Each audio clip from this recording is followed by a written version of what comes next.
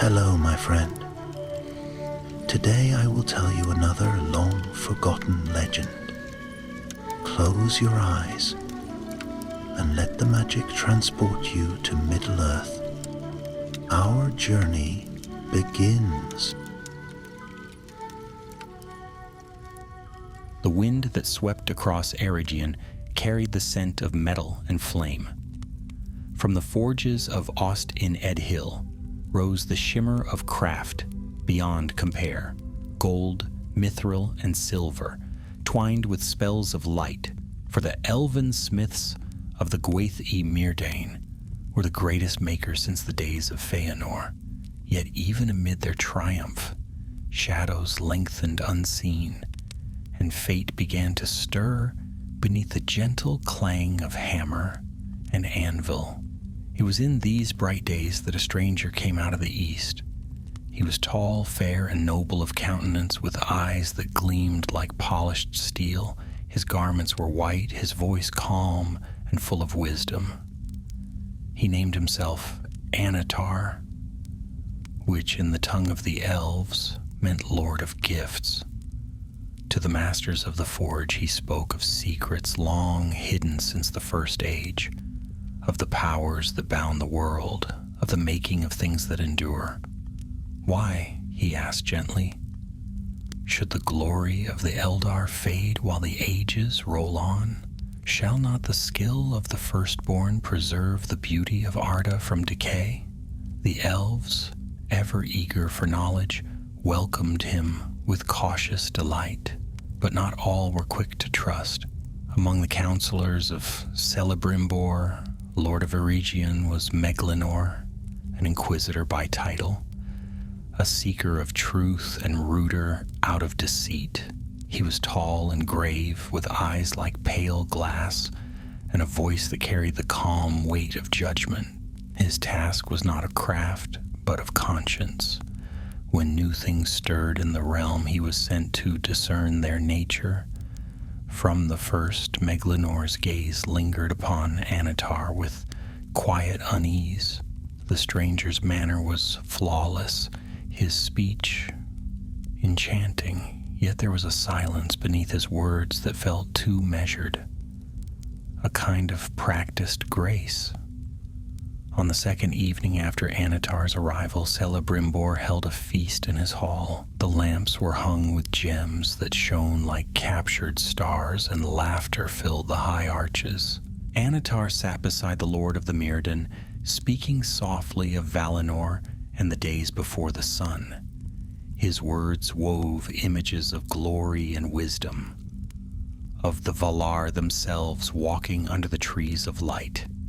But Meglinor, standing at the far end of the table, felt the air thicken around the stranger. There was an old scent to his presence, something like ashes buried beneath sweet earth. When their eyes met, Anatar smiled, not with warmth, but with a faint amusement, as though he saw the Inquisitor's thoughts and found them quaint.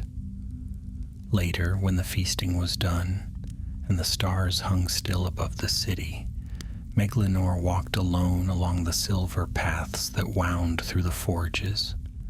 Sparks drifted upward into the night, rising like spirits toward the moon. He heard the low hum of the elven smiths still at work, unable to rest while their minds burned with Anatar's teachings. He paused before one of the great foundries, where a young smith named Eriglos stood watching molten gold pour into a mold shaped like a ring. "Is this your own design?"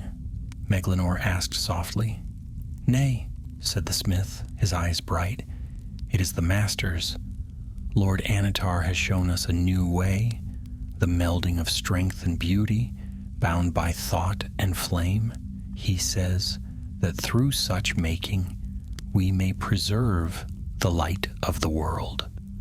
"The light of the world," Meglinor repeated. His tone was neither mocking nor admiring, but thoughtful, like a man turning a blade to test its balance.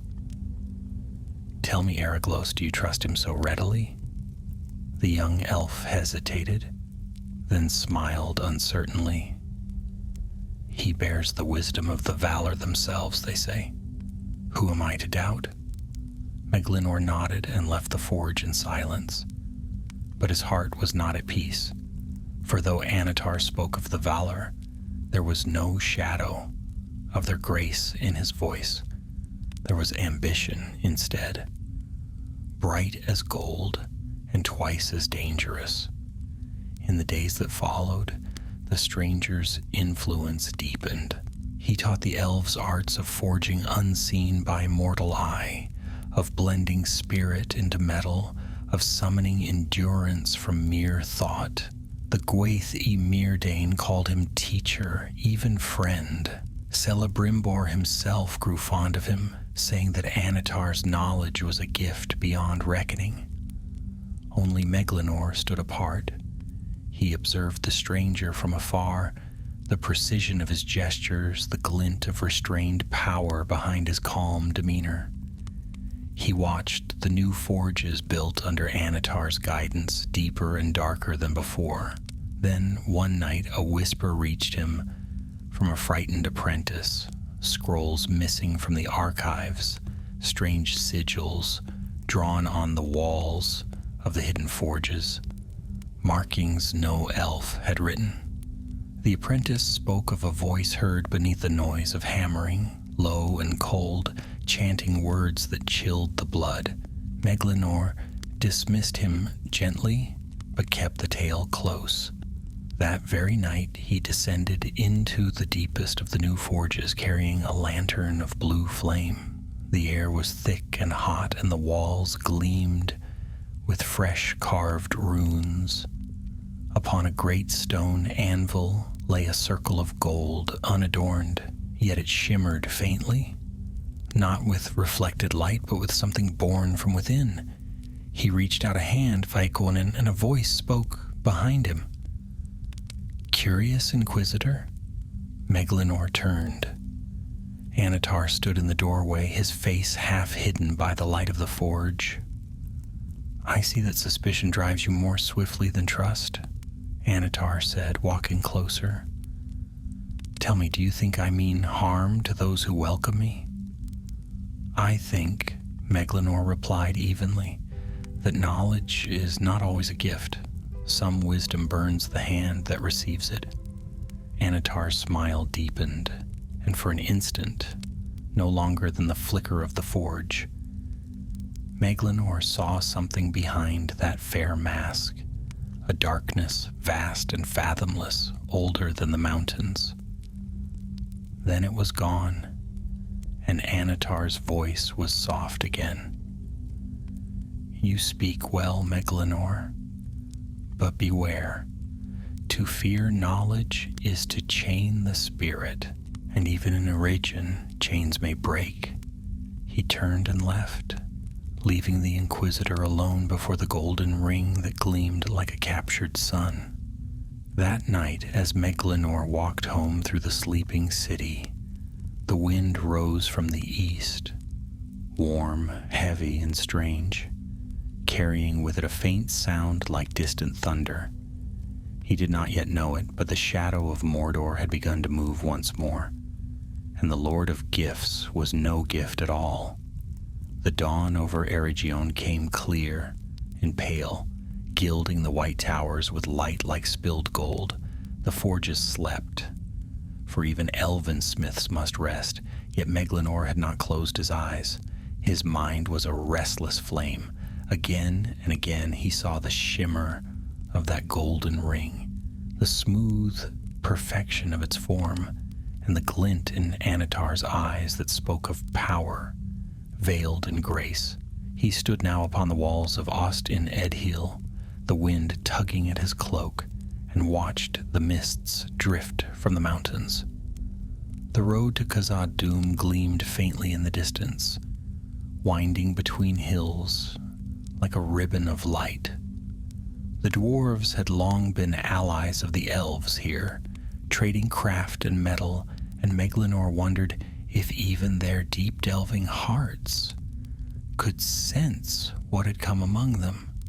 Before the day was full, he went to the house of Lore, where the oldest scrolls were kept, writings brought from Lindon and even from lost Beleriand before the breaking of the world. The librarians bowed to him, for his authority was known, and he passed into the inner chamber where few were permitted.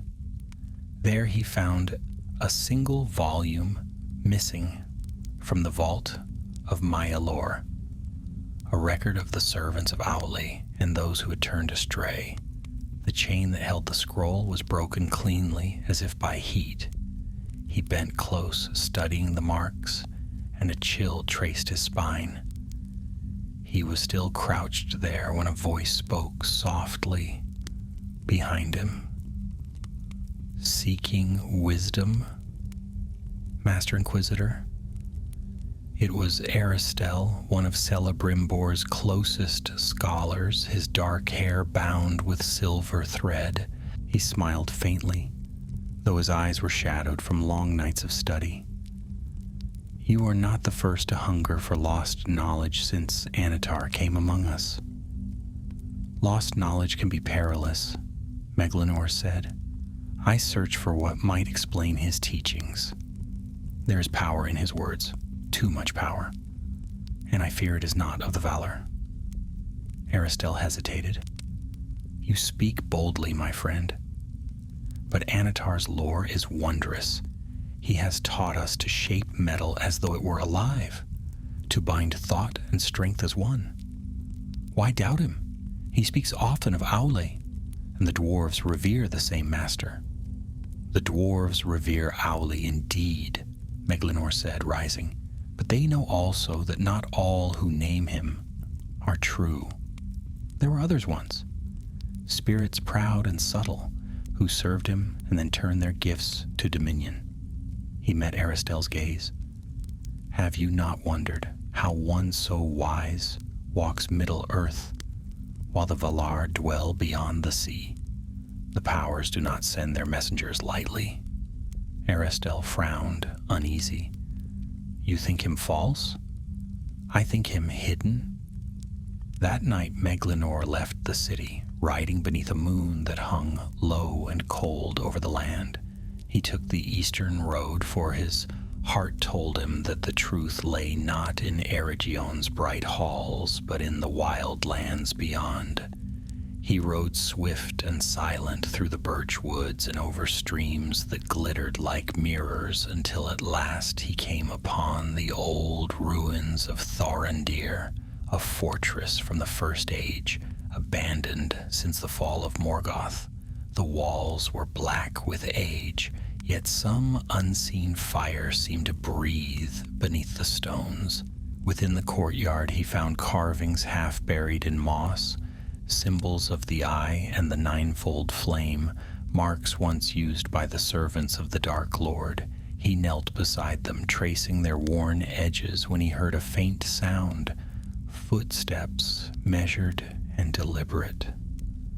A shadow moved between the broken pillars, and a figure stepped forth, cloaked in gray. "Few wander here without cause," the stranger said, his voice low and rough with age. "Why comes an elf of a region to a place of ashes?" Meglinor straightened, hand upon his sword. "I seek knowledge. Tell me, old one, what name bore this place when the world was younger?" The man laughed softly. "It bore many names, but I remember it as the watchtower of Gorthar's servants. They came here after the fall of Angband, seeking to gather their master's remnants. But he was gone, or so they thought." The name struck Meglinor like a blade. Gorthor, the dread sorcerer, the Maya of old who had served Morgoth and brought ruin upon the north. The stranger's eyes glinted in the starlight. "You have heard that name, I see. Beware, elf lord. Some evils do not die. They only change their shape." When Meglinor rode back toward Erigion, the dawn was red upon the peaks, and his heart was heavy with dread. As he neared the city gates, he saw a group of smiths gathered in the courtyard, watching as Anatar himself demonstrated the tempering of silver and gold. The crowd was silent, entranced by the beauty of his craft. With a gesture, Anatar drew molten metal from the forge without tongs, holding it in his bare hands as though the fire obeyed his will. The glow bathed his face in living light. "Behold," he said, "how thought commands substance. The flame serves the mind that knows its name." The smiths murmured in awe. Meglinor, standing apart, felt the chill of recognition. The old texts spoke of such mastery. Not the art of Owli, but of those who bent creation to their will. Anatar turned his head then, as though sensing the Inquisitor's gaze. Their eyes met across the courtyard, and a faint smile curved the Maya's lips. Knowing, almost pitying. That night, Meglinor sought an audience with Celebrimbor. The Lord of Eregion received him in his high chamber, where the walls shone with silver runes of craft and lineage. "You are troubled, Meglinor," Celebrimbor said kindly. "Speak your heart." "My lord," said the Inquisitor, "you trust this Anatar greatly. Yet I beg you to pause. I have found signs. Old sigils, missing scrolls, words of power forbidden since the First Age. He is no emissary of the Valar." Celebrimbor frowned. "You speak of proof. Have you any?" "Not yet," Meglinor admitted. "But there are places he keeps secret. He works at night in forges none may enter, and his words, they stir pride, not wisdom. He flatters our desire to preserve, but it is dominion he teaches." For a moment the Lord was silent. Then he shook his head.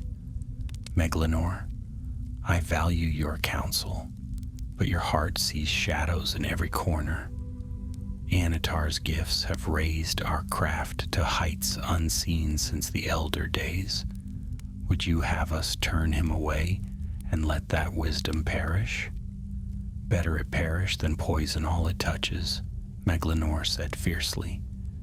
But Celebrimbor's patience wore thin. "Enough. Until you bring proof of deceit, speak no more of this before the council. I will not see discord sown among my people." Meglinor bowed stiffly, though his spirit burned within him.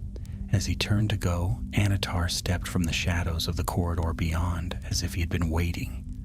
"Harsh words for a loyal servant," the Maya murmured, his voice silk over steel. "Take care, Meglinor. The flame you kindle in doubt may consume even those you would protect."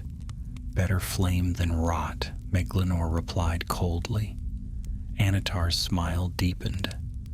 "We shall see which end awaits you, fire or shadow." And as the Inquisitor walked out into the chill night, the sound of the forges rose once more, ringing through Eregion like the heartbeat of some great and secret power awakening beneath the earth. He did not yet know it, but the first of the rings of power would soon be born, and with them the doom of all the elves of Eregion. The days that followed were heavy with unease. Though the sun shone bright upon the white streets of Austin Edil, Meglinor felt the city dim. The people still sang as they worked, but beneath their joy lay a strange fervor, a restless eagerness to learn, to create, to surpass even the might of Valinor.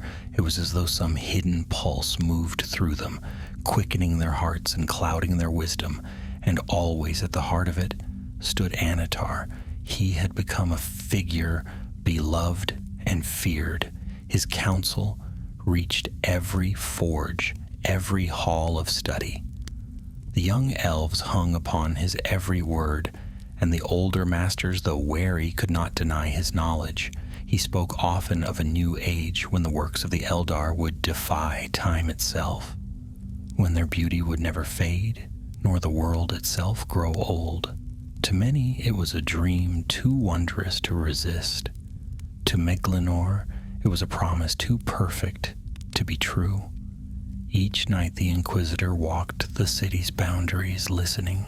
He heard the low hum of the forges, the ring of hammers that never ceased. Yet among those sounds he began to catch others. Faint voices chanting in rhythm with the beating of the anvils, voices not of the living. Once near the southern gate he found a mark carved deep into the stone, a circle of flame surrounding an open eye. When he touched it, the stone was warm, as if it remembered fire. The next morning he went again to the House of Lore. There he searched for records older even than the days of Erigion's founding, fragments salvaged from Beleriand before it sank beneath the sea. After long hours, he found a weathered parchment written in the hand of an ancient lore master of Nargothrond.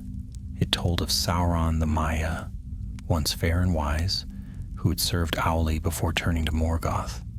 He had been named Gorthor the Cruel, a master of shadows, of deceit and domination. Meglinor read the words until his sight blurred and a dread certainty grew within him. Anatar, the fair one, the giver of gifts, bore too many resemblances to that fallen spirit of old. And if it were true, then the danger was far beyond anything Erigion could imagine. He left the library at dusk and made his way toward the western quarter where the lesser smiths dwelt. The air there shimmered with heat, for the new forges burned even through the night. As he passed through the narrow lanes, he caught sight of a young elf, Eriglos, the apprentice he had once spoken with, hurrying toward the inner courts, clutching a bundle wrapped in cloth. "Eriglos," Meglinor called. "Hold a moment." The youth froze, startled. "Master Meglinor, I did not see you." "What do you carry?" Eriglos hesitated, glancing around.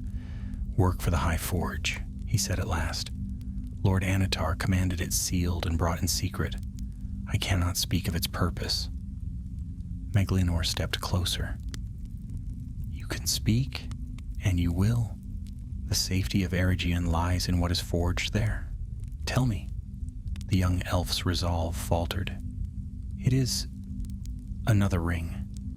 Not for lordship, not yet finished, but the design. It bears runes unlike any I have seen. I thought them strange, yet when I questioned him, Anatar said they were a blessing. He said they bind the strength of the world to the Maker's will." Meglinor's heart sank. "Where is this forge?" Eriglos hesitated again, then whispered, "Beneath the western vaults, near the river. But I should not have told you. If he learns, he will learn nothing," Meglinor said firmly. "Go now and speak of this to no one." When darkness fell, Meglinor went alone to the western vaults. The doors were sealed with runes of protection, but he was master of lore and knew the countersigns. The air within was thick with smoke and the scent of molten gold. He moved through the chamber, his lantern casting wavering light across half-finished artifacts, chains, crowns, rings, each humming faintly with hidden power. In the deepest hall he found it, a forge wreathed in shadow, its fire burning green instead of red. Upon the anvil lay a circlet of silver set with a single stone that seemed to pulse with inner light. He stepped closer and a whisper rose, soft, almost tender, like the echo of a forgotten name. The light of his lantern dimmed. "Curiosity again, my ever-faithful Inquisitor?" The voice came from behind him. Anatar stood in the doorway, radiant as ever, though his eyes now glowed faintly gold. Meglinor faced him. "You have deceived us all. These works are no gifts of preservation. You forge instruments of power, of mastery." Anatar's expression did not change, though his tone grew colder. "And what is wrong with mastery? The world decays, Meglinor. Even the elves will one day fade, their memory drowned by mortal years. I offer deliverance, the power to hold back the end." "You offered chains, not deliverance," said Meglinor. "You would bind all wills to yours." Anatar's smile vanished. "I seek only to order the world, to bring it to perfection, free from the ruin of chance and weakness. Would you rather see it crumble again into war and darkness? The world will not be saved by a liar." A silence fell. Then Anatar sighed softly, almost with pity. "You are brave, Meglinor, and foolish. You think truth is your weapon, but truth without power is nothing." He raised his hand, and the green fire flared high. Shadows leapt across the walls, like living things. "Still, I admire your resolve. Go then, tell your lord what you will. But know this: when you stand against me, you stand against the order of the world itself." The forge shook as if struck by thunder. Meglinor staggered back, shielding his eyes. When the light faded, Anatar was gone, and the silver circlet upon the anvil had melted into a pool of molten gold that hissed like a living creature. He fled the vaults and did not stop until he reached the open air. Above him, the stars burned cold and distant. The moon had risen, and its light seemed dimmer than before. That night, Meglinor went to the council once more, though his heart knew how it would end. Celebrimbor sat at the high seat, his face weary but resolute, and beside him, to Meglinor's horror, stood Anatar, serene, untroubled, as though nothing had passed. "Meglinor," Celebrimbor said, "you are accused of intrusion and slander. You broke the seals upon the sacred forges. Speak in your defense." "I sought truth," Meglinor said steadily. "Anatar is not what he claims. He is Sauron, once the servant of Morgoth. His forges breed corruption. I have seen it with my own eyes." Gasps rippled through the chamber, but Anatar only looked upon him with faint sorrow. "Lord Celebrimbor, see how far mistrust has carried him. He would destroy the peace we have built, for fear of shadows. Have I not given freely? Have I not taught without asking return?" Celebrimbor's brow furrowed. "The charge you make, Meglinor, is grave beyond measure, yet proof is lacking. Until such time as it is found, you are forbidden to enter the forges or speak against Anatar before the people." Meglinor bowed stiffly. "So be it. But remember my words when the fire comes." He turned and strode from the hall, his cloak sweeping the marble floor. Behind him, Anatar's calm voice followed, soft and cold. "There will be fire indeed, Meglinor, and when it comes, it shall cleanse all doubt." Outside, the night was windless and still. The stars watched in silence as the Inquisitor walked into the darkness beyond the walls. The bells of the city tolled the midnight hour, a sound that would linger in the memory of a region long after its towers had turned to ash. And somewhere deep beneath the earth, the green fire burned on, waiting. For many nights, Meglinor wandered the wild lands west of Eregion, exiled by command of his lord and scorned by the people he had once protected. Yet his heart was neither broken nor quieted, for he knew the peril that now lay upon his kin. The air itself seemed heavy, with a presence that grew stronger with each passing day.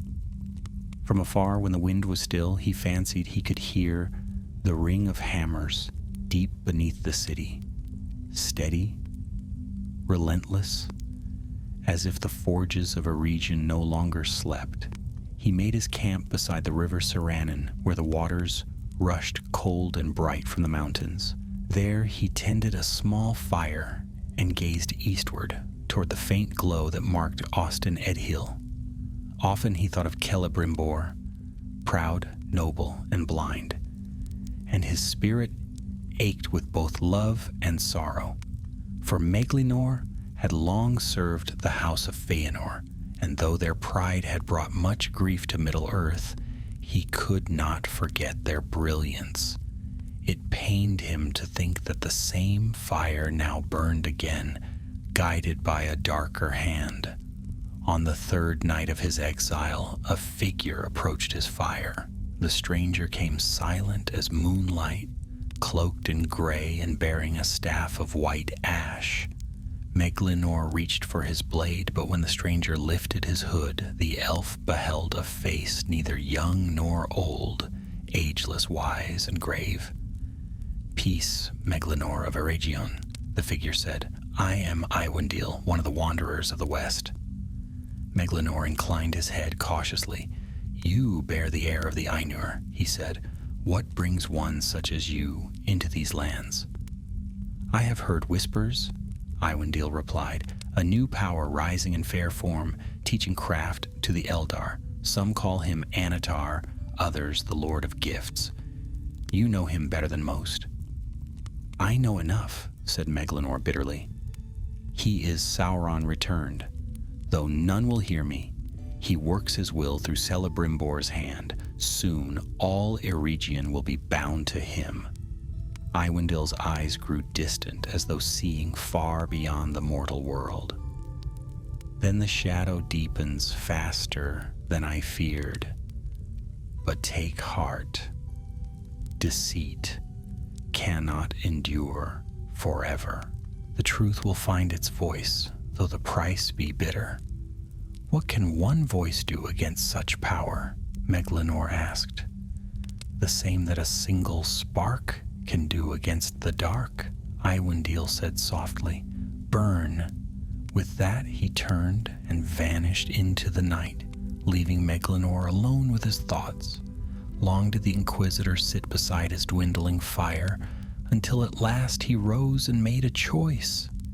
He would return to Eregion in secret, proof or no proof, and seek the heart of Anatar's designs. Better to perish in the attempt than to watch his people fall unknowing into ruin. He traveled by hidden ways, avoiding the main road, and entered the city by night through a postern gate known only to the guards of old. To his dismay, he found the streets strangely silent. The air smelled of smoke and new metal, and a dim, golden light shone from the windows of the forges. He moved like a shadow through the alleys until he reached the great hall of the Gwaith y Myrddin. There he beheld a sight that struck him to the core. The hall blazed with firelight, and within stood Celebrimbor and his smiths, gathered around Anatar. Before them, upon a great anvil, lay 3 rings, each perfect beyond measure. One shone with silver light, another with the pale gleam of water, and the last with a golden flame that seemed alive. Anatar's voice filled the chamber deep and resonant. "Behold, the culmination of all your labor, 3 rings for the elven kings, untouched by mortal hand. Within them is the power to heal and preserve, to make all things endure. These are the crowning glory of your craft." Celebrimbor gazed upon them in awe. "Truly this is our greatest work," he said. "But how shall they be governed? What bond lies between them?" Anatar smiled faintly. "They are bound by harmony, not rule. Their strength is in unity. Yet one will remain apart, the master pattern by which all others may be understood." Megalinor's breath caught. The master pattern. Even in that moment he understood the meaning. There would be another ring, one to command the rest. He slipped from the doorway, heart hammering, and fled to the lower vaults. There, in the deepest chamber, he found the beginnings of that greater forge, vast, dark, and silent, its stone floor inlaid with symbols of power. It was unfinished, but the purpose was clear. This was where the One Ring would be born. He knelt and traced the markings, committing them to memory. As he rose, a cold voice spoke behind him. "I wondered how long it would take you to find this place." Anatar stood at the foot of the stair, his white robes untouched by soot. The torches flared brighter at his presence. "You never could let go of your doubts, could you?" the Maya said softly. "You might have been my ally, Meglinor. You have the mind for it, sharp, unbending, noble. But you chose suspicion over faith." "I chose truth," Meglinor said, "and the truth is that you seek dominion over all wills. You twist our craft into chains." Anatar's gaze grew hard. "Dominion is not evil when the ruler is wise. I would bring order, beauty, peace, everlasting. Would you deny that for the sake of pride?" "Peace by force is no peace," Meglinor answered. "You would enslave all that lives, even the hearts of the Eldar." The Maya's fair form flickered then, and for an instant the light around him dimmed.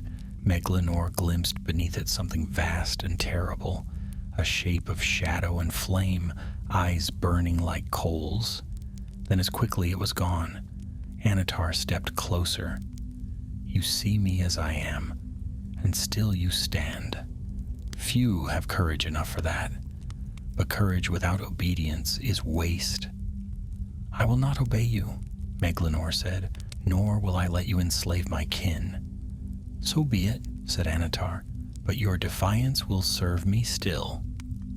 With a gesture, he struck the ground, and fire burst from the circle of runes. The heat drove Meglinor to his knees, yet he tore free and fled up the stair, his cloak aflame. Behind him, Anatar's laughter echoed through the vaults. Deep, mocking, endless. He burst into the night, gasping for air. The stars above seemed pale and far away. His hands were scorched, his blade half melted. But he still lived. He fled northward toward the hills of Holland, and there, among the trees, he hid himself until the dawn. From that height he looked down upon Eregion and saw a faint glow rising from its heart. The first light of the One Ring had been kindled in secret, and the fate of Middle-earth had begun its slow turn toward shadow. Meglinor bowed his head. His body trembled with weariness, yet his resolve hardened like steel. If the lords of Eregion would not see, then he would seek help beyond their borders. In Lindon, where Gil-galad ruled, and perhaps even in Khazad-dûm, where the dwarves still held true to Auli's name. But even as he made ready to depart, he felt a stirring in the wind, a whisper that carried Anatar's voice across the distance. "You cannot flee what is already written, Meglinor. The fire will find you." And though he turned away, he knew in his heart that the shadow would indeed follow, until either he or the Sorcerer of the North fell into ruin. The road to Lindon wound long and perilous through the western wilds, but Meglinor rode with the urgency of one who carried doom upon his back. His horse, a gray steed of the elves, moved swift and sure over the stony hills. Behind him the golden roofs of Eregion faded into the distance, swallowed by mist. The world seemed hushed, as though the very air awaited what was to come. He dared not rest often, for the nights grew strange. At times he would glimpse distant lights flickering through the trees. Neither fireflies nor stars, but cold flames that danced and vanished when he drew near. Once, upon the edge of a meadow, he beheld a shadowy figure, watching him from afar, tall and unmoving, cloaked in darkness. When he blinked, it was gone, yet the air remained chill. On the fifth night, as he made camp beside a small stream, Meglinor dreamt, though whether it was dream or vision, he could not tell. He saw Anatar standing before a vast forge of black iron, his hands raised high above a single band of gold that glowed like the heart of the sun. Around him lay countless other rings, lesser and dimmer, their light drawn into the one he held. As the forge thundered, Anatar's fair form melted away, revealing the dark majesty of Sauron the Sorcerer, tall as a tower, crowned in flame, his voice echoing through all the world. "One ring to rule them all," the voice intoned, "and in the darkness bind them." Meglinor awoke with a cry, the echo of that dread phrase still burning in his ears. His horse stamped and snorted, sensing its master's fear. The fire had gone out, though the ashes still glowed faintly, and upon the ground before him the stream had frozen solid, though the air was mild. He rose, shivering, and turned his gaze eastward. There, far beyond sight, he knew Anatar was at work, and that the One Ring was no longer a vision, but a reality. By the 10th day, he reached the forests bordering the Gulf of Lune, where the trees grew tall and silver-barked. Elven wardens met him upon the road, their cloaks green as the leaves, and when he gave his name, they led him swiftly to the havens. The white towers of Mithlond rose before him, gleaming in the light of the western sea. For the first time in many weeks, he breathed freely, for here the shadow of Sauron had not yet fallen. He was brought before Gil-galad, High King of the Noldor, who sat in a hall of marble and light. Beside him stood Elrond, young yet wise beyond his years, a calm strength in his gaze. Meglinor bowed deeply. "My lord," he said, "I come from Eregion with dire tidings. A great deceit has entered our realm under the guise of friendship." He names himself Anatar, but he is none other than Sauron, the Sorcerer of the North, servant of Morgoth. A murmur rose among the gathered lords. Gil-galad's eyes narrowed. "You speak of a grave charge, Meglinor. We have long mistrusted this Lord of Gifts, though he came not into our land. Tell me what you have seen." Meglinor told all. The secret forges, the golden rings, the symbols of power, and the vision of fire and binding. He spoke with the calm of truth, though his heart ached as he recounted the betrayal of Celebrimbor's trust. When he had finished, silence fell upon the hall. At last Gil-galad spoke. "Your words ring true, and they chill my heart, yet proof we must have before we move to war. What say you, Elrond?" Elrond's gaze was grave. "If this be so, then Eregion stands already upon the brink. I know Celebrimbor. His heart is noble, yet his pride is strong. He will not believe deceit until it strikes his very door." "Then we must warn him," said Gil-galad. "Elrond, gather your company. Ride with Meglinor back to Eregion and bear our message of caution.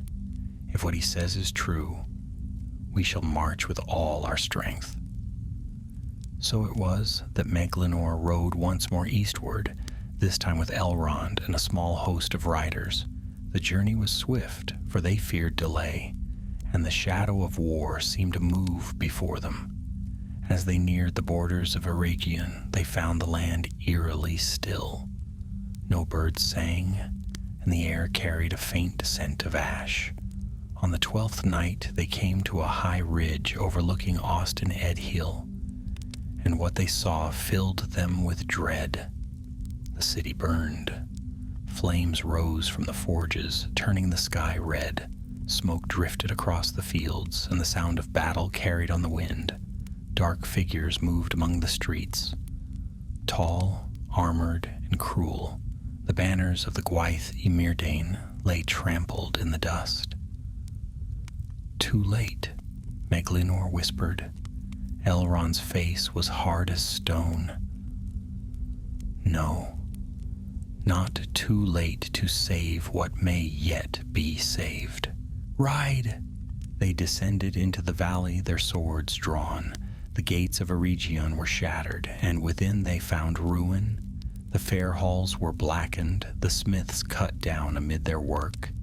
The enemy bore strange emblems, a lidless eye within a crown of fire.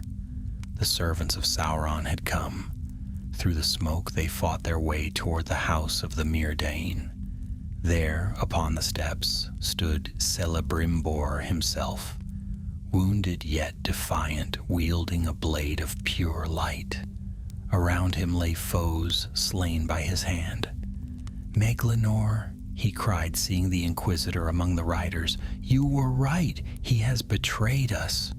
"Where is he?" Meglinor shouted. "In the lower vaults," said Celebrimbor. "He seeks the rings. I have hidden the three. He shall not have them." Before Elrond could answer, a roar split the air, deep and terrible. From the burning forges rose a figure clad in black armor, crowned with flame, the one ring blazing upon his hand. The air shuddered with his presence. "Sauron!" Meglinor cried, drawing his sword. The sorcerer laughed, a sound like thunder over mountains. "You thought to hide them from me, foolish elf. All rings are mine by right of creation." He raised his hand, and fire leapt forth, scattering the defenders. Meglinor charged through the blaze, his blade gleaming, and struck with all his strength. Steel met power, and light met darkness. The force of the blow hurled him back, but his strike left a mark upon Sauron's armor, a single rent glowing red like molten iron. Sauron turned, his eyes blazing. "You again?" he said softly. "You should have fled when I offered mercy."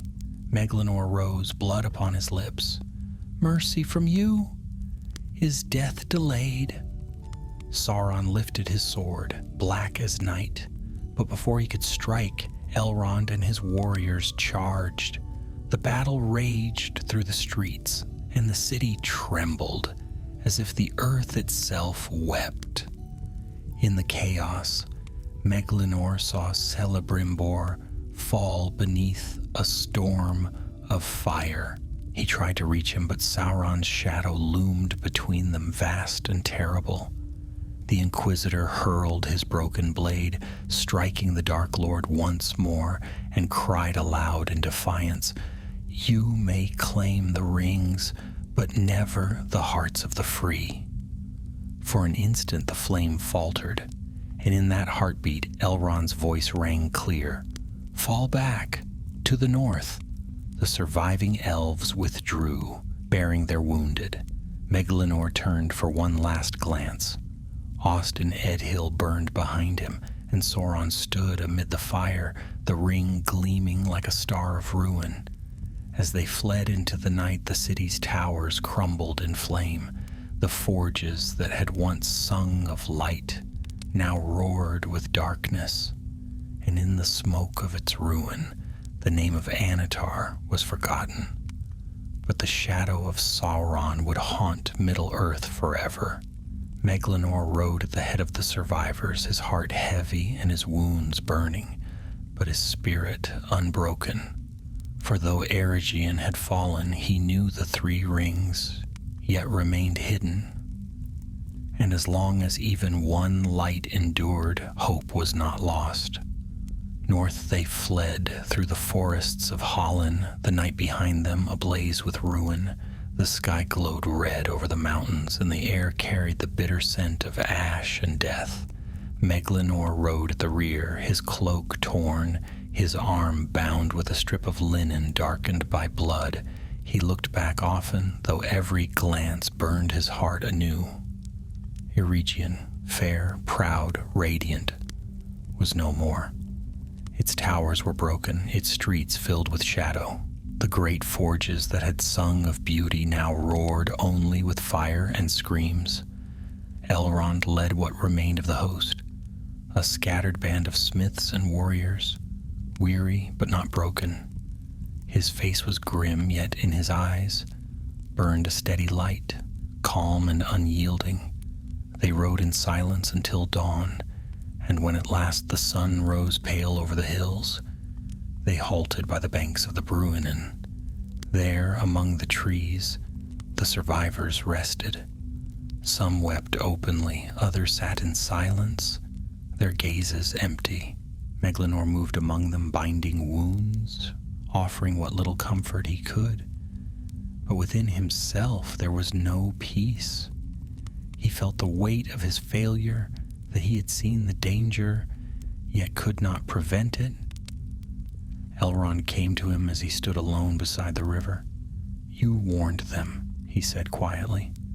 "The fault is not yours." "I was too slow," Meglinor replied. "Too cautious when I should have struck. Sauron deceived even the wise. Yet still, I might have done more." Elrond placed a hand upon his shoulder. "You live, and the 3 rings live also. That is no small victory. Their power must be kept from Sauron at all costs." Meglinor turned to him. "Do you know where they are hidden?" Elrond shook his head. "Celebrimbor spoke no word of it to me. He swore they would remain secret even from his own kin. Before the end, he sent them away. One to the north, one to the sea, and one to the heavens," he said. What he meant by that, I cannot tell. Meglinor bowed his head. "Then hope remains. But Sauron will not rest. He will pursue us until every secret is torn from the earth." Elrond's gaze hardened. "Then we must make our stand. I will not see all Middle-earth fall to him unopposed." That very night, scouts returned from the south bearing ill news. Sauron's army marched northward, a host vast beyond reckoning. Orcs and men of the east marched beneath his banner, a lidless eye wreathed in flame. And among them moved twisted creatures, born in secret forges, clad in black steel and bearing strange sigils of power.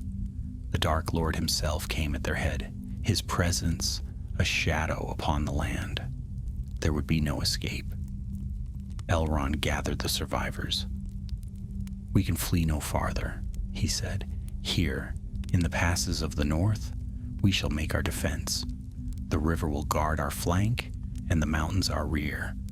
Let us fortify what ground we may, and hold until Gil-galad's aid arrives." The elves labored swiftly, building walls of stone and raising palisades of oak. The Bruinen was swollen by spring melt, and under Meglinnor's counsel they cut channels through the banks, making the river their ally. Yet even as they worked, they could hear the drums of the enemy far to the south, slow and dreadful, like the beating of a monstrous heart. When night fell, Meglinor climbed a ridge overlooking the valley. From there he could see the faint glow of torches stretching like a serpent across the plains. The sound of the drums grew louder, joined by horns that echoed from the mountains.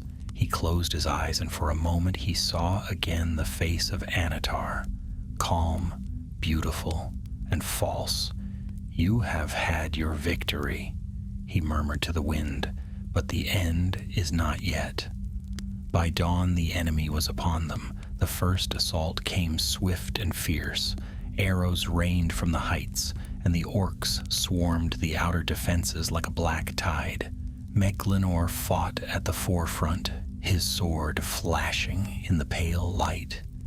He moved with grim precision, every stroke felling a foe. Around him the elves fought with desperate valor, their white banners torn and blood-stained.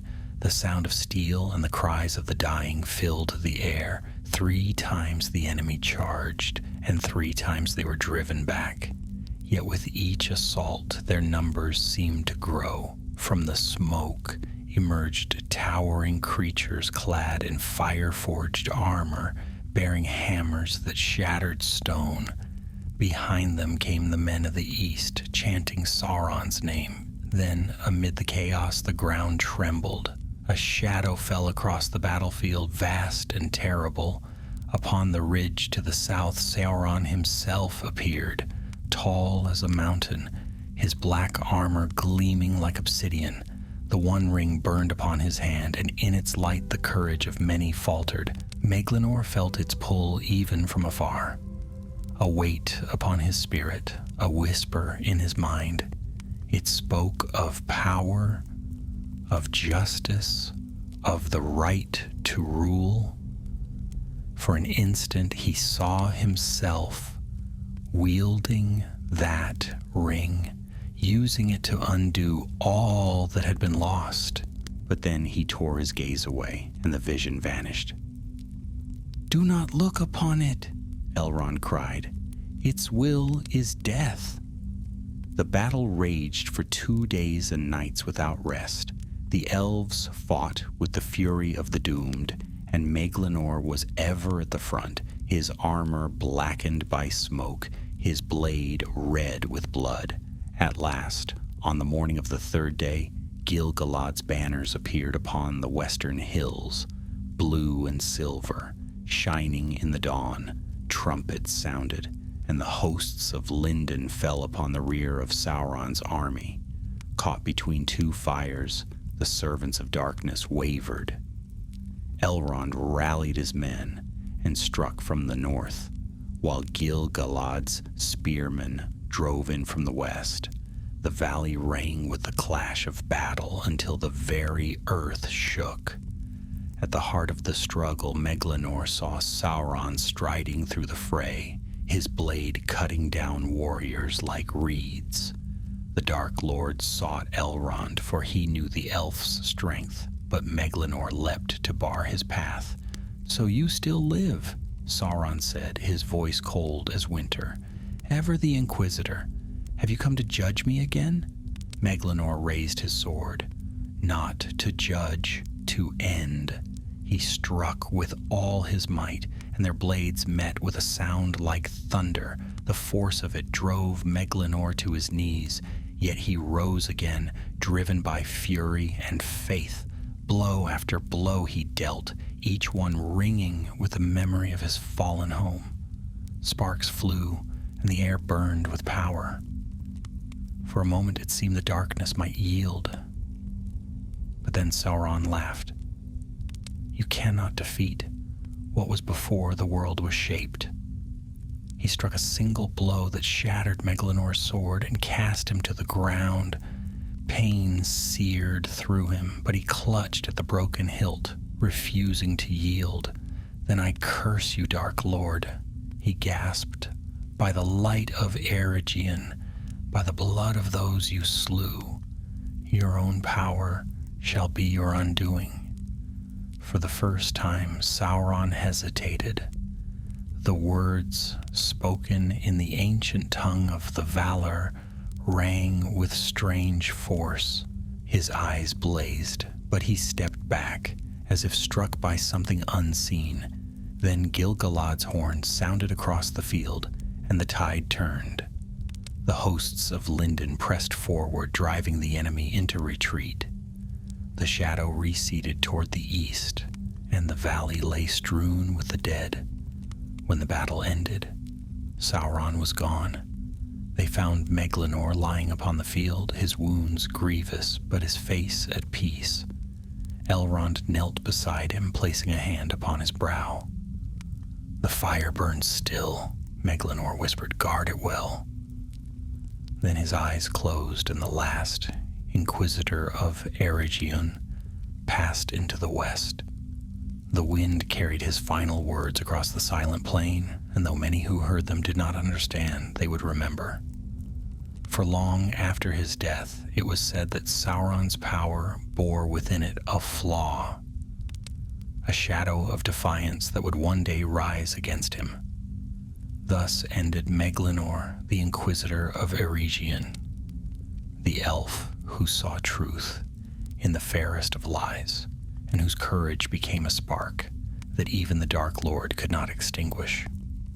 In the years that followed the fall of Eregion, the world changed. The rivers ran quieter, the forests deeper, and a great silence spread across the western lands. Though Sauron's armies had been beaten back for a time, his shadow did not fade. It crept instead into secret places, gathering strength once more. The elves who survived the wars built refuges in the wild, hidden sanctuaries, where the light of the Eldar still glimmered against the encroaching dark. Among them was Elrond Half-Elven, who led the remnant of Eregion northward into the Vale of the Bruinen. There, between mountain and river, he founded a refuge that would endure through all the ages to come. Imladris, the last homely house east of the sea. The valley was hidden from unfriendly eyes, guarded by enchantments woven of starlight and song. To those who entered in peace, it was a place of healing. To those who bore malice, it was a maze of mist and shadow from which few returned. Yet even in that sanctuary, the memory of the fallen lingered. In the Hall of Lore stood a single blackened sword, its hilt bound in silver. Upon its blade were engraved the words, Meglinor, Seeker of Truth. Many times Elrond would stand before it in silence, for he had seen the Inquisitor's last stand upon the field and never forgot his courage. Years passed and rumors came from the east, whispers of strange powers stirring beyond the mountains. Sauron had fled, it was said, to a barren land between the Ash Mountains and the Sea of Nurnen.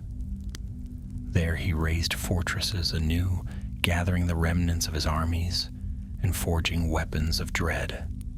None dared approach those lands, for the air was poisoned and the ground burned with hidden fire. The name Mordor was spoken only in fear. But though his body was far away, his will reached out, subtle and unseen. Men of the East bowed to him as to a god, and even among elves there were those who felt the weight of his growing power. The One Ring, though hidden from the eyes of all, still bound the lesser rings to its will. Slowly, imperceptibly, its shadow crept into every corner of Middle-earth. Elrond, perceiving this, sought counsel with Gil-galad in Lindon. Together they forged an alliance that would one day be called the last alliance of elves and men, though that day was yet far off. For now they watched and waited and gathered strength, knowing that the Dark Lord would rise again. Among those who dwelt in Imladris during those years was a young elf named Lathran, who had been but a child when Eregion fell. He was a pupil of lore, bright of mind and bold of heart, and he often questioned Elrond about the past. "Tell me of the Inquisitor," he would say. Was it true he defied Sauron himself? Elrond would smile, though sorrow shadowed his eyes. "It is true. Meglinor stood against him when none else dared, and though he fell, his defiance bought us time. Time to save what could yet be saved. He saw the truth that others feared to see." Lathran pondered this often. "Then truth must be stronger than power," he said. Elrond looked to the east, where the mountains rose like a dark wall against the dawn. "Truth endures," he said, "but it is power that tests its strength." That winter, a strange thing came to pass. Scouts of Imladris reported that travelers had been seen upon the old roads of Eregion, tall figures cloaked in gray, moving by night and leaving no tracks by day. Some said they were spirits of the dead, wandering the ruins. Others feared they were servants of Sauron, come to seek the lost rings. Elrond dispatched Lathran with a company of 10 to learn the truth. They journeyed southward through snow and silence until they came upon the ruins of Ost in Edhill.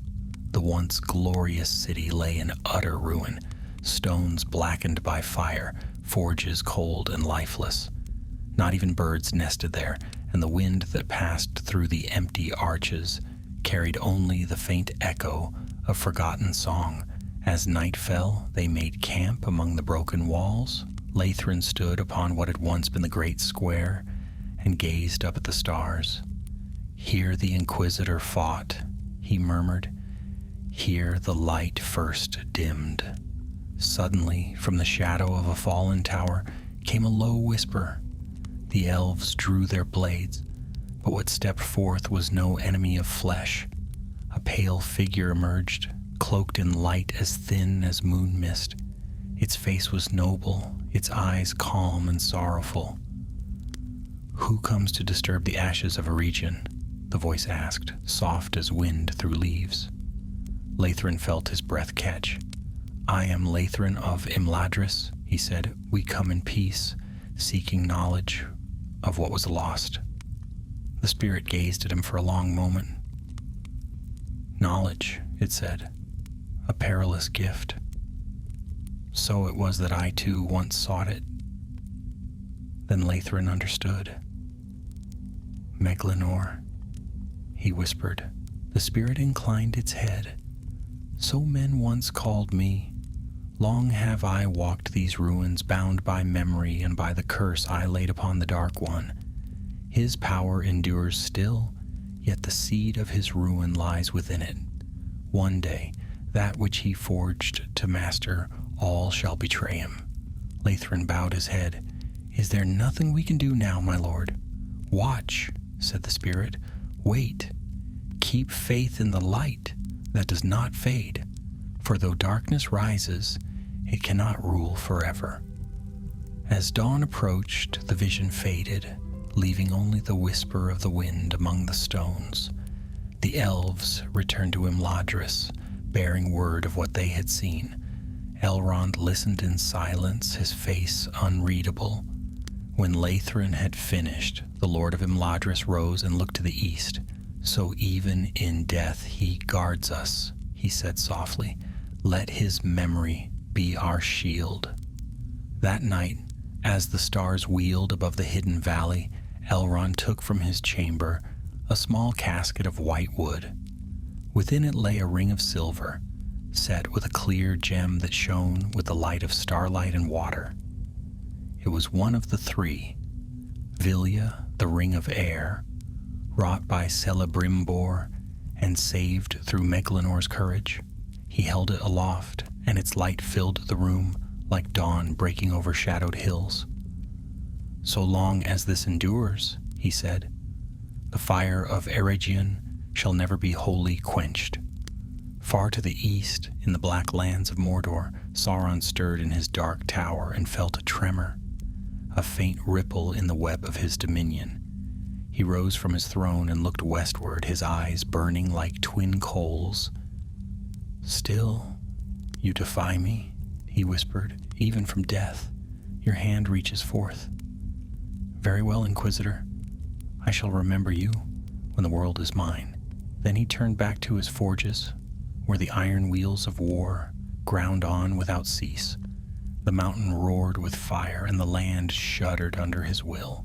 Yet for all his might, the faint echo of a curse whispered still through the stones, a voice defiant, unyielding, and pure.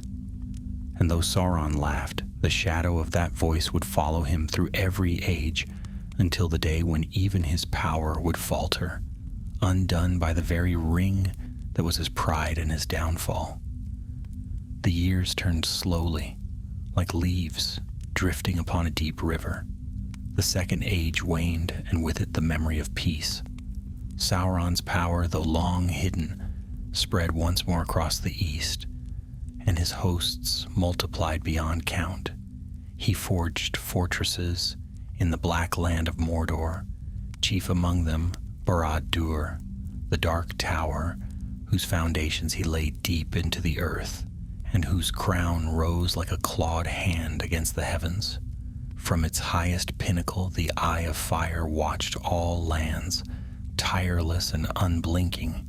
But in the west, the strength of the free peoples grew also. Gil-galad ruled in Lindon and Elrond in Imladris.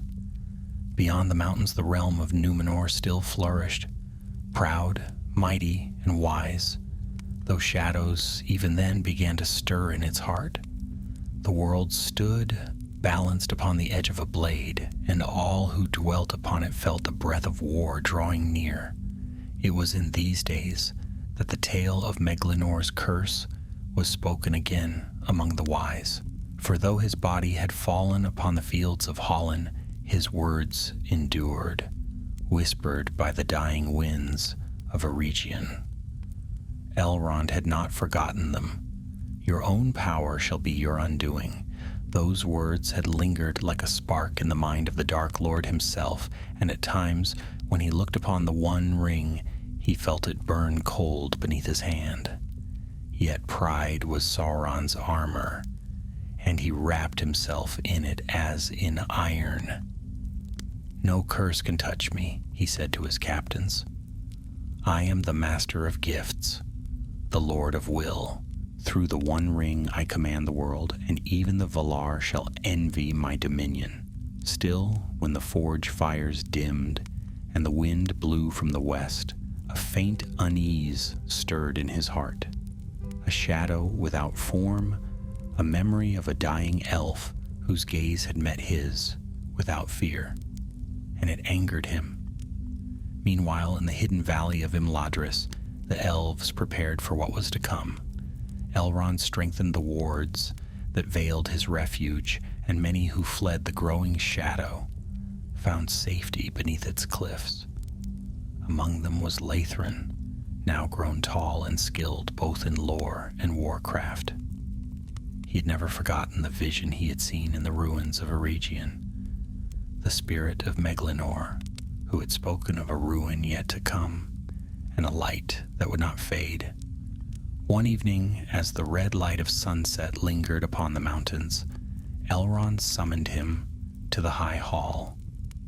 "You have learned much," he said, "but the time for learning in quiet has passed. The world changes, and I must send word to Lindon. Gil-galad calls for a council of the wise. Will you go in my stead?" Lathrin bowed. "Gladly, my lord, but what counsel shall I bear?" Elrond's gaze grew distant. "Tell him this, that Sauron gathers again his might and that his eye turns westward. The peace of Middle-earth is ending. We must be ready to stand together once more or be broken apart." So Lathrin set forth with a small company, following the old road that led from the valley to the sea. The journey was long, and the nights grew darker the farther west they went. Upon the 12th evening they camped by the banks of the Lune, and there they saw lights upon the northern horizon, not the golden glow of sunset, but the red glare of forges burning in secret. "It begins again," one of the elves murmured. "He prepares for war." When at last they reached Lindon, they found Gil-galad deep in council with his captains. The High King received Lathrin kindly and listened long to his report.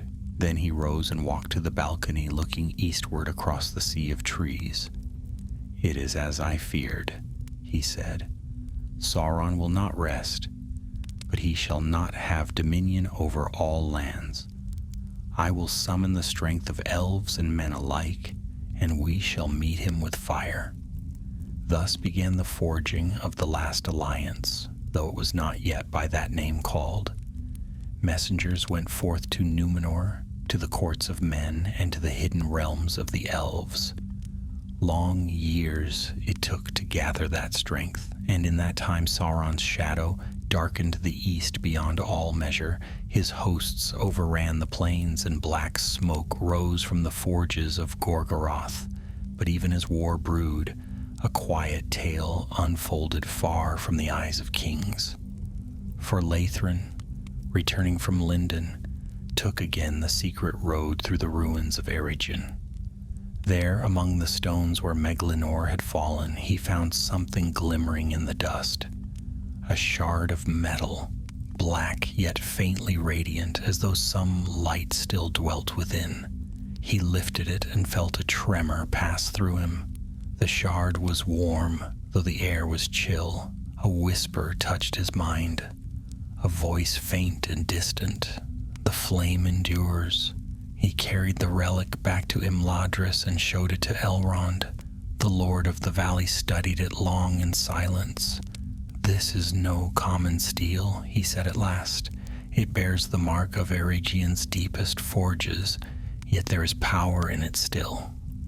Perhaps it is a remnant of Meglinnor's blade, the sword that struck Sauron's armor and drew his blood. If so, it may yet serve a purpose in days to come." They placed the shard within the Hall of Lore, where it shone faintly in the dimness, a memory of defiance long past.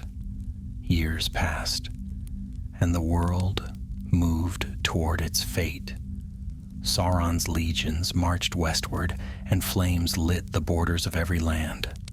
But in Imladris, the hidden fires burned still.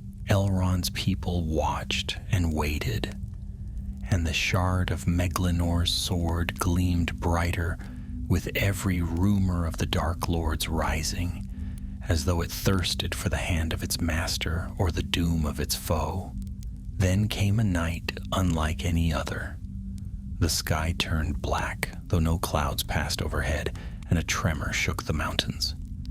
In the east, a red light flared, the beacon of Barad-dûr, burning like a second sun. Sauron had declared his dominion. His voice, carried by the wind, was heard even in the farthest west. "I am the Lord of the earth. None shall stand against me." In Lindon, Gil-galad gathered his hosts. In Imladris, Elrond unsheathed his sword and sent forth messengers to every friendly realm. And in Mordor, the One Ring blazed with power, binding all things to the will of its master. Yet somewhere beyond sight, in the stillness between worlds, a faint light stirred. The spirit of Meglinor, bound no longer to the ruins of Eregion. From the mists he watched the rising storm, and his voice echoed once more, unheard but not unfelt. "Your end was written with your beginning, Sorcerer. The gift you forged will unmake you, and when the fire you worship consumes you, remember the hand that cursed you." Thus the tide of the world turned again toward war. The alliances of elves and men would soon march upon Mordor, and the Second Age would draw to its fiery close. Yet through all the darkness, the unseen hand of one long fallen still guided the course of fate, the hand of Meglinor the Inquisitor, whose truth had become the seed of Sauron's doom. When the banners of the last alliance were raised, the world trembled. From Lindon and Lothlorien, from Greenwood and Imladris, the hosts of the elves gathered, tall and bright and terrible in their wrath. From the western sea came ships of Númenor, filled with the greatest warriors of men, their armor gleaming like the dawn. Gil-galad, High King of the Noldor, stood beside Elendil the Tall, Lord of the Faithful, and together they swore an oath that neither life nor shadow would sunder until the darkness was broken. Long years had passed since the fall of Eregion, but still its memory burned in the hearts of the Eldar. They marched beneath banners of silver and white, bearing the emblems of stars and trees, and upon their lips were the words of Meglinnor's defiance, words that had become a battle cry through the ages. The fire burned still. In secret, Elrond carried with him the shard of the Inquisitor's sword, now reforged by the smiths of Imladris into a slender dagger of strange light. It was not meant for battle, but for remembrance. He struck the first blow. Elrond said to those who asked, "Let his spirit strike the last." The hosts of the Alliance marched eastward through the wild lands, past the ruins of Eregion and the barren plains of Gorgoroth, until they came at last to the dark gates of Mordor. There the mountains loomed black against a sky of blood-red smoke, and the fires of Orodruin burned ever brighter, as though rejoicing in the return of its master. Before the Morannon, the army of Sauron awaited. Legions of orcs, men enslaved by fear and creatures too foul to name. Their number was beyond counting, and above them towered the banners of the Eye. Yet the hosts of the west did not falter. Gil-galad raised his spear, and Elendil lifted his sword, Narsil high, and their voices rang across the plain. "Now we fight for all the ages to come," cried the High King. The battle that followed was the greatest the world had seen since the fall of Morgoth. For 7 years, the war raged across the plains and mountains of Mordor. The elves fought with bright fury, their arrows falling like rain upon the enemy, while the men of Numenor broke the ranks of orcs with shields of shining steel. But Sauron's might was vast, and his will unyielding. Many fell, and the land itself was torn and blackened by fire. At last, the armies of the Alliance encamped upon the plain before Mount Doom, and there they built a great fortress, calling it the Siege of Barad-dûr. For 7 long years they held it, cutting off every path of escape while the mountain rumbled and the sky bled smoke. Sauron remained within his dark tower, biding his time, his eye ever watching, his hand upon the ring that bound all things to his will. One night, as the storm of fire rolled down from the mountain, Elrond walked alone along the ramparts.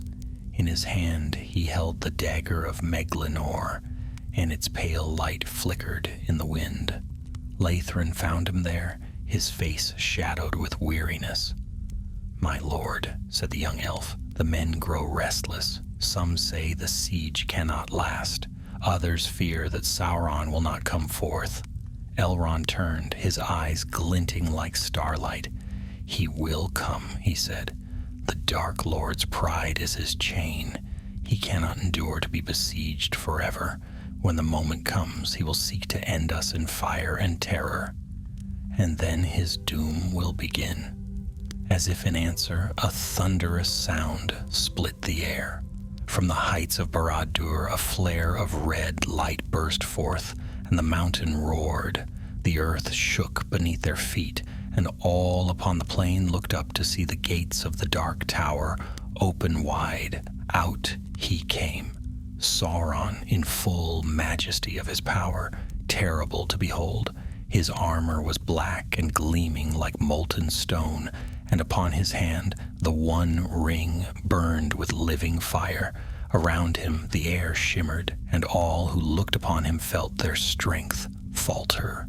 He strode into the midst of battle, and with each sweep of his great mace 10 warriors were cast down. The armies of the west wavered, but Gil-galad and Elendil stood firm. Together they advanced to meet the Dark Lord in single combat.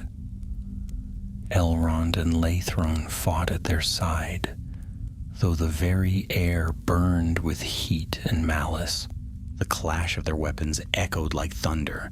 Sauron struck with power beyond imagining, but Gil-galad's spear pierced his armor, and Elendil's sword, Narsil, shone like a star. Again and again they struck, though each blow cost them dearly. Elrond, forced back by the storm of fire, saw Gil-galad fall, his body consumed by flame. Elendil stood alone against the Dark Lord, and with a great cry he smote Sauron upon the breast, driving him to one knee. But in that moment of triumph, Sauron's hand rose, and his mace came down with a sound that split the world. Elendil fell broken, and his sword shattered beneath him. For a moment all hope seemed lost. The ring gleamed upon Sauron's hand, bright as the sun, and his laughter rolled like thunder across the field.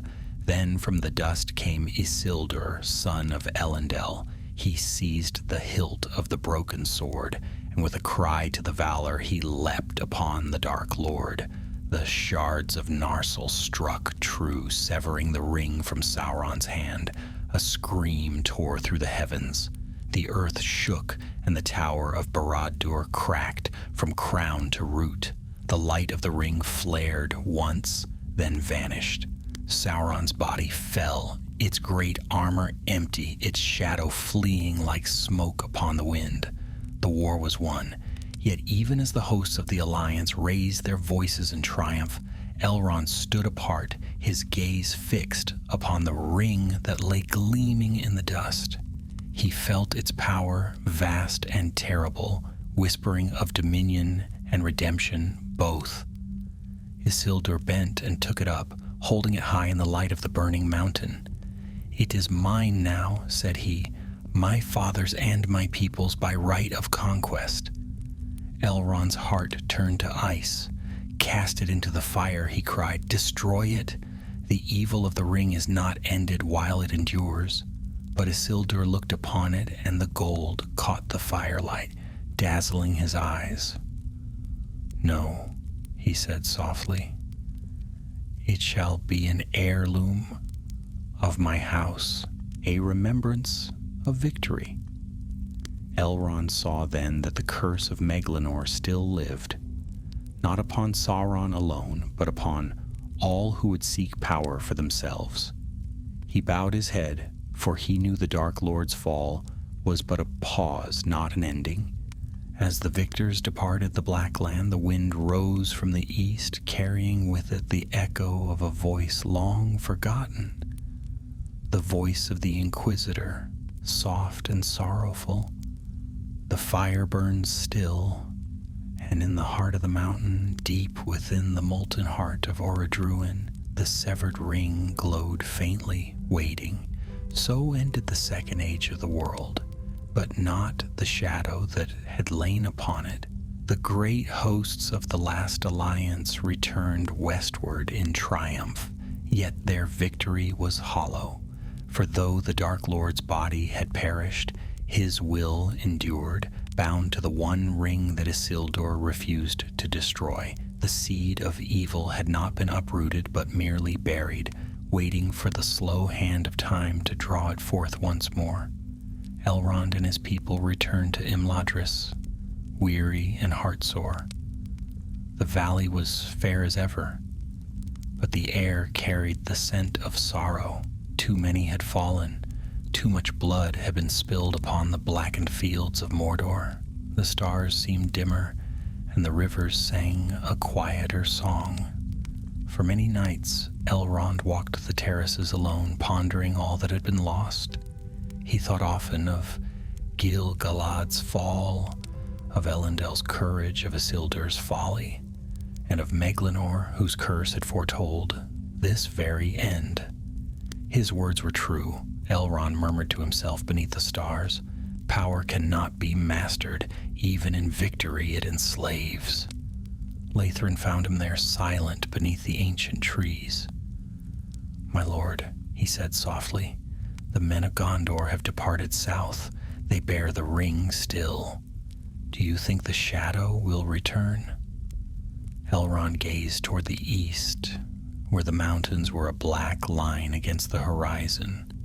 "The shadow never truly leaves," he said.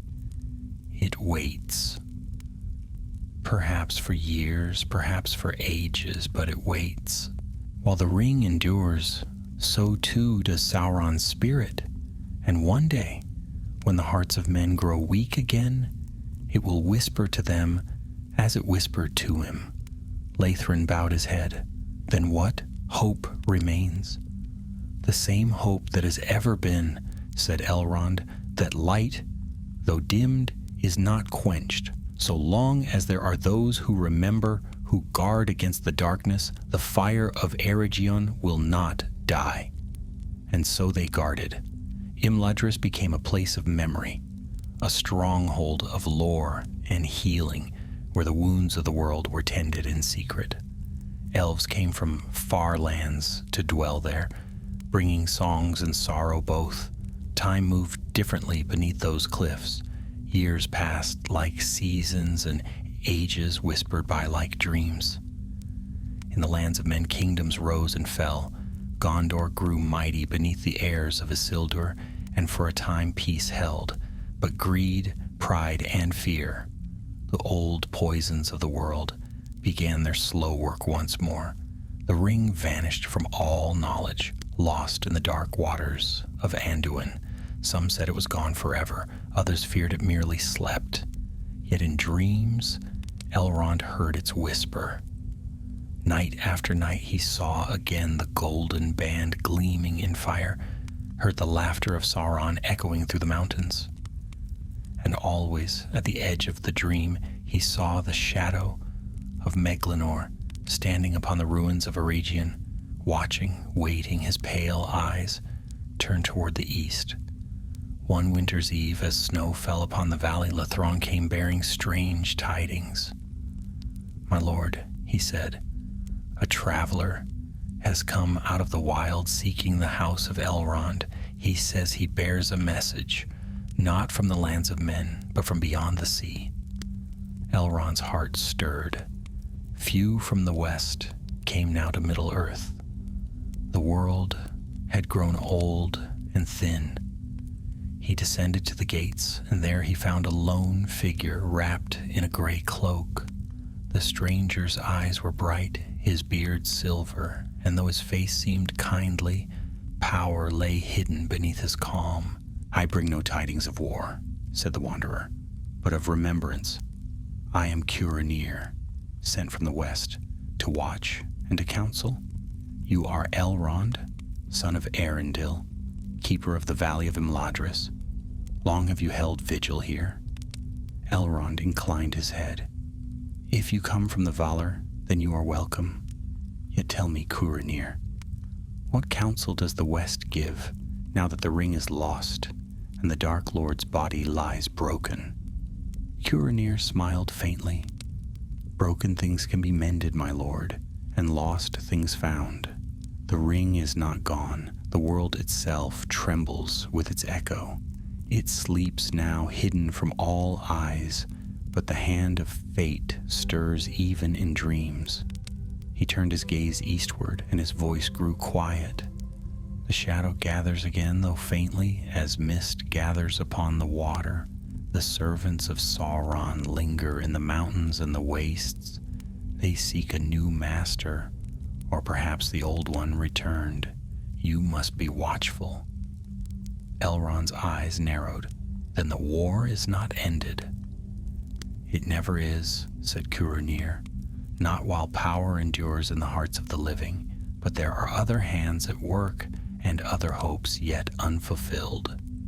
He stayed in Imladris for a season, speaking often with Elrond and Lathron of the days to come. His wisdom was deep, but there was something in him, a spark of pride, a hunger for hidden things that troubled Elrond's heart. When at last Curanir departed, the Lord of the Valley watched him go with unease. "Another who would master knowledge," he murmured. "May the fate of Anatar not be his." Years became centuries. The world turned and the elves dwindled, their light fading as the dominion of men spread across the lands. Imladris endured, yet it grew quieter, more sorrowful. The songs that once praised the glory of the Eldar became laments for what was lost. But still, in the Hall of Lore, the dagger of Meglinor hung upon its stand, its edge bright as the day it was forged. One evening, as the sun sank behind the misty mountains, Elrond stood before it and laid his hand upon the hilt. "You saw it all," he whispered, "to the blade, to the spirit that lingered beyond the circles of the world. You saw the rise and fall, the lies and the fire. I do not know if your curse yet lives, but if it does, may it guide the hand that ends him. And far away, in lands forgotten by light, a faint sound stirred, the whisper of a wind through barren stone, the echo of a name unspoken for an age. Meglinor. In the depths of shadow, Sauron's spirit stirred once more, shapeless, seeking form. He drifted like smoke through the ruins of Mordor, and in his formless thought there burned hatred for Elrond, for the elves, and above all for the Inquisitor, who had defied him. Your curse binds me still, the dark voice hissed into the void, but it shall bind the world as well. If I must endure without body, then all shall be made as I am, hollow, waiting, enslaved to will. And so the ages turned. The third age dawned. Sauron began to whisper again in secret, weaving lies, stirring hearts, sowing discord. Yet across all the ages, wherever his shadow crept, a trace of resistance stirred. Small, unseen, but unyielding. Some said it was the light of the Valar, others said it was the memory of Eregion, or the hope of the Eldar. But the wise, those who remembered the ancient days, knew the truth. It was the echo of Meglinnor's defiance, still burning in the heart of the world.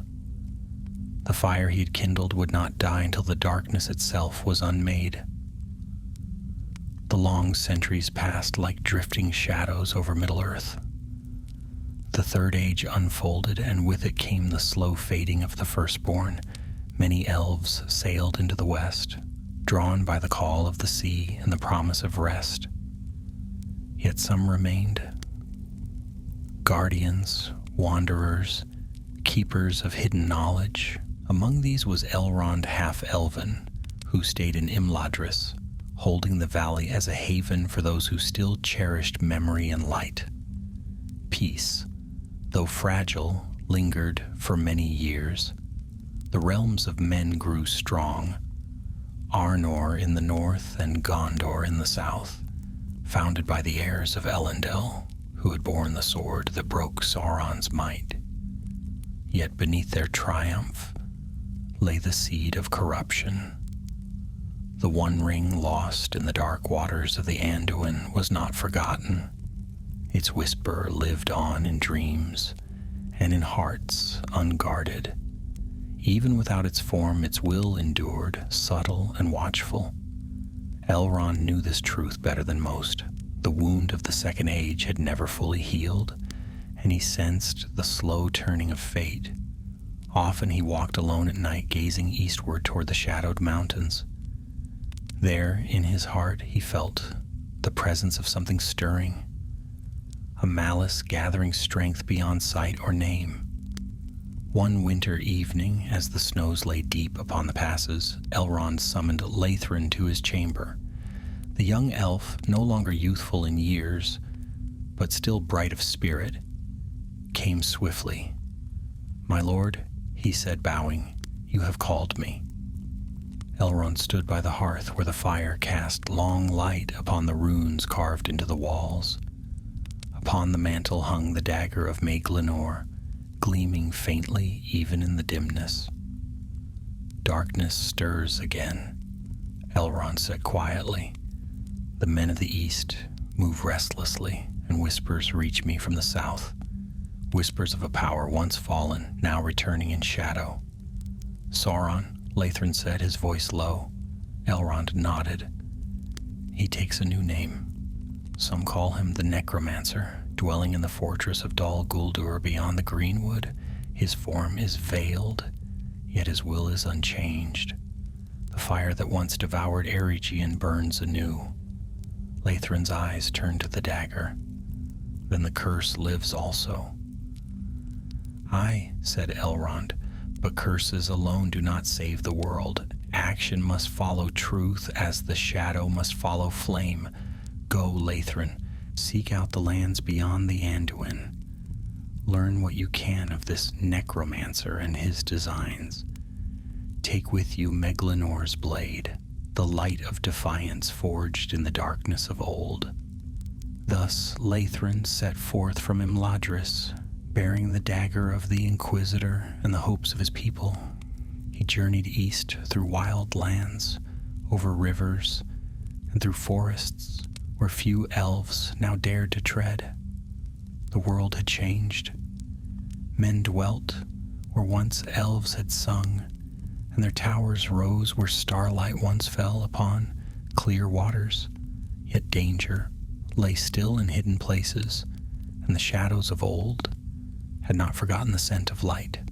After many months, he came at last to the borders of the greenwood, where the air was thick with mist, and the trees grew tall and close. There he found signs of corruption, roots blackened by some unseen blight, creatures twisted and silent. In the heart of that forest rose a hill crowned with dark stone, Dol Guldur, fortress of the necromancer. He crept close under cover of night, the dagger of Meglinor warm against his palm. From within came voices, low, harsh, and filled with dread. He saw figures moving by torchlight, men and orcs alike bearing symbols of the eye. At their head stood a tall figure cloaked in black.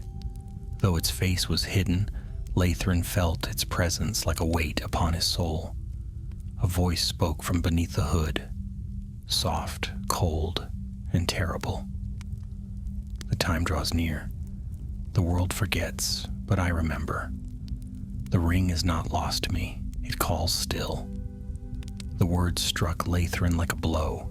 He turned to flee, but the figure's head lifted, and though it had no visible eyes, it seemed to see him. "You carry the light of one long dead," the voice said. "Tell your master that the fiery guards cannot burn forever. All flames fade, all but mine." Then a wave of darkness swept outward, and Lathrin was hurled back, his mind burning with pain. When he awoke, he lay beneath the cold stars, the hill far behind him, the forest eerily still. The dagger of Meglinor was blackened, yet its edge remained sharp. He returned at once to Imladris, pale and weary. Elrond listened in silence as he spoke of what he had seen. When he was done, the Lord of the Valley said, "So the shadow takes form once more. The ring calls to him, and through it he gathers his strength." "What shall we do?" Lathrin asked. Elrond looked to the east, where the dawn was pale and thin. "We shall wait.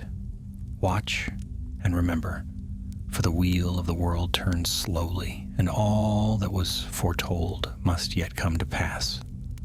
The curse of Meglinor is not yet spent. When the ring is found again, when the fire awakens in the hearts of men, then the shadow will rise to its height, and there, at the end, it shall fall." He turned to the dagger, whose surface glimmered faintly once more, cleansed of its soot. "This was the blade that first drew the Dark Lord's blood," Elrond said softly. "It bears within it a fragment of his undoing. When the time comes, it will find its way to the hand that needs it most." And so the years flowed on. The necromancer's power grew in secret, and darkness crept again across the world. In the west, the kingdoms of men waned, their strength broken by war and pride. The elves faded, their songs growing fewer, their hearts turning toward the sea. Yet in Imladris, the fire of Eregion still burned. Sometimes, in the quiet hours before dawn, Elrond would feel a presence beside him, unseen but familiar. The air would stir, and a whisper would seem to drift through the hall. "Truth endures." He would smile faintly, knowing the voice. "Rest, Meglinor," he would say. "Your work is done, though its echo will guide us yet." Far away in the dark lands beyond the mountains, Sauron brooded over his loss. His spirit had taken form again, though weaker, diminished. Yet his pride was unbroken. He thought often of the Inquisitor's words and the pain of that wound long ago. I will not be undone by prophecy, he hissed into the void. No elf, no man, no curse shall master me. But even as he spoke, the one ring, lost for ages, hidden in mud and riverbed, gleamed faintly beneath the earth, its fire answering another fire that had burned long before. And so it waited, as all things waited, for the hour when darkness would rise once more, and the flame of the Inquisitor, long thought extinguished, would pass at last into mortal hands. For in the end, all the great fires of the world begin with a single spark, and Meglanor's spark still burned, hidden but unforgotten in the secret heart of Middle-earth.